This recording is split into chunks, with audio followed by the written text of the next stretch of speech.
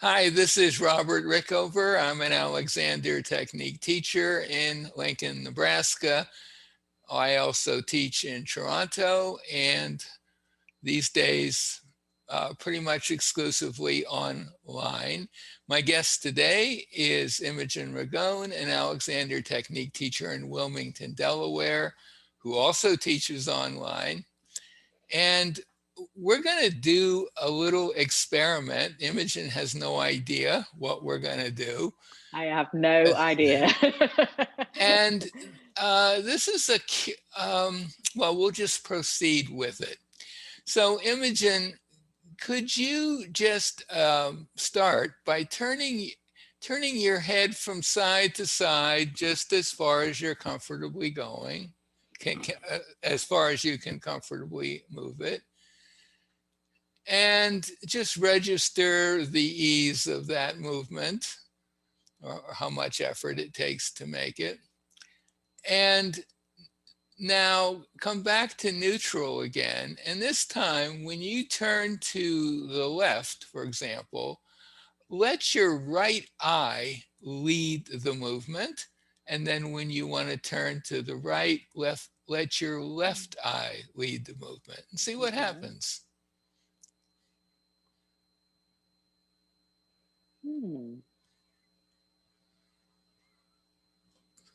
Always the opposite eye.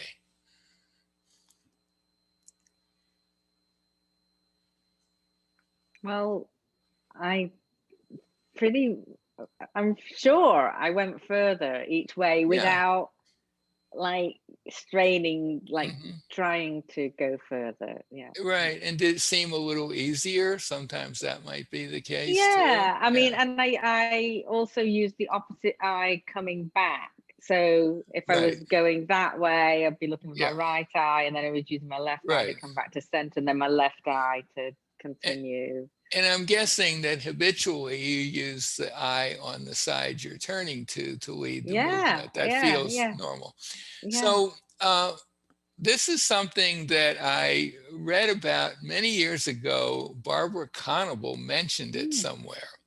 And she's the author, well, she's one of the developers of body mapping. And I asked her if she knew where that came from and also why it was, and she had no idea. And I've been thinking about it on and off over the years. Pretty much everyone has the same experience you do. And I don't understand it. Perhaps it's going into a non-habitual organization that takes you out of some habits that you might have in your normal way of turning your head. That's a possibility. You know, as for example, instead of turning your head by turning your face, if you were to turn the back of your head, that could lead to a slightly different quality of movement. But basically, I have no idea why. And I would love to hear some explanations. So that's why I'm making the video. I have a kind of a question or a possible theory. I'm just thinking about when you move something on I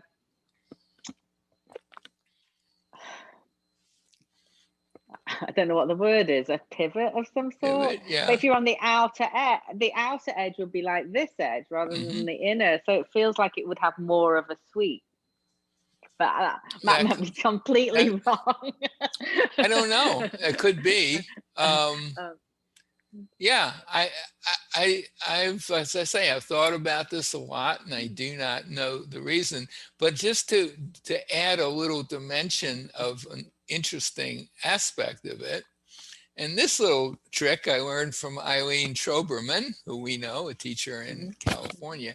If you would put your fingers of your hands on either side of your neck, not right on the neck itself, but on either side.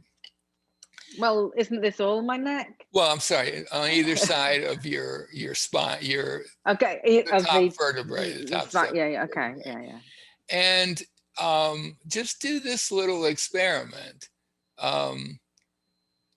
Think about, just don't actually move your head, but think about looking off to the right and looking off to the left.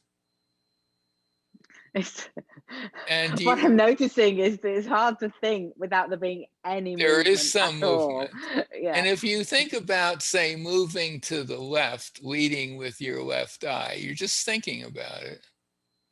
You're actually moving your eye. Sorry, you're actually moving your left eye, but you're not moving your head. Oh, okay. Move my eye, but not my head. Yeah. And then move your right eye over, move the eye that's in the same side as your imagine turning your head.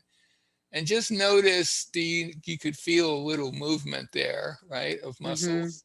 And then if you switch to using the opposite eye to lead in this imaginary experience, what I notice is there's less movement. Yeah, I was just about to say the same thing. There was still some, but it was there was still less. some. Yeah. And maybe some of that movement is unnecessary, or it just indicates put a little more effort than you need to actually move your head.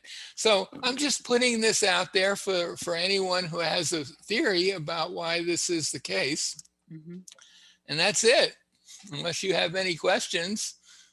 No, but I'm going to play with that. I'm very curious about it too, because it definitely seemed to make a difference. So and this, by the way, is something, of course, you can teach online very quickly and easily. Okay, so thank you. My guest has been Imogen Ragone, an Alexander teacher in Wilmington, Delaware. Thank you so much for this. You're welcome. Always interesting.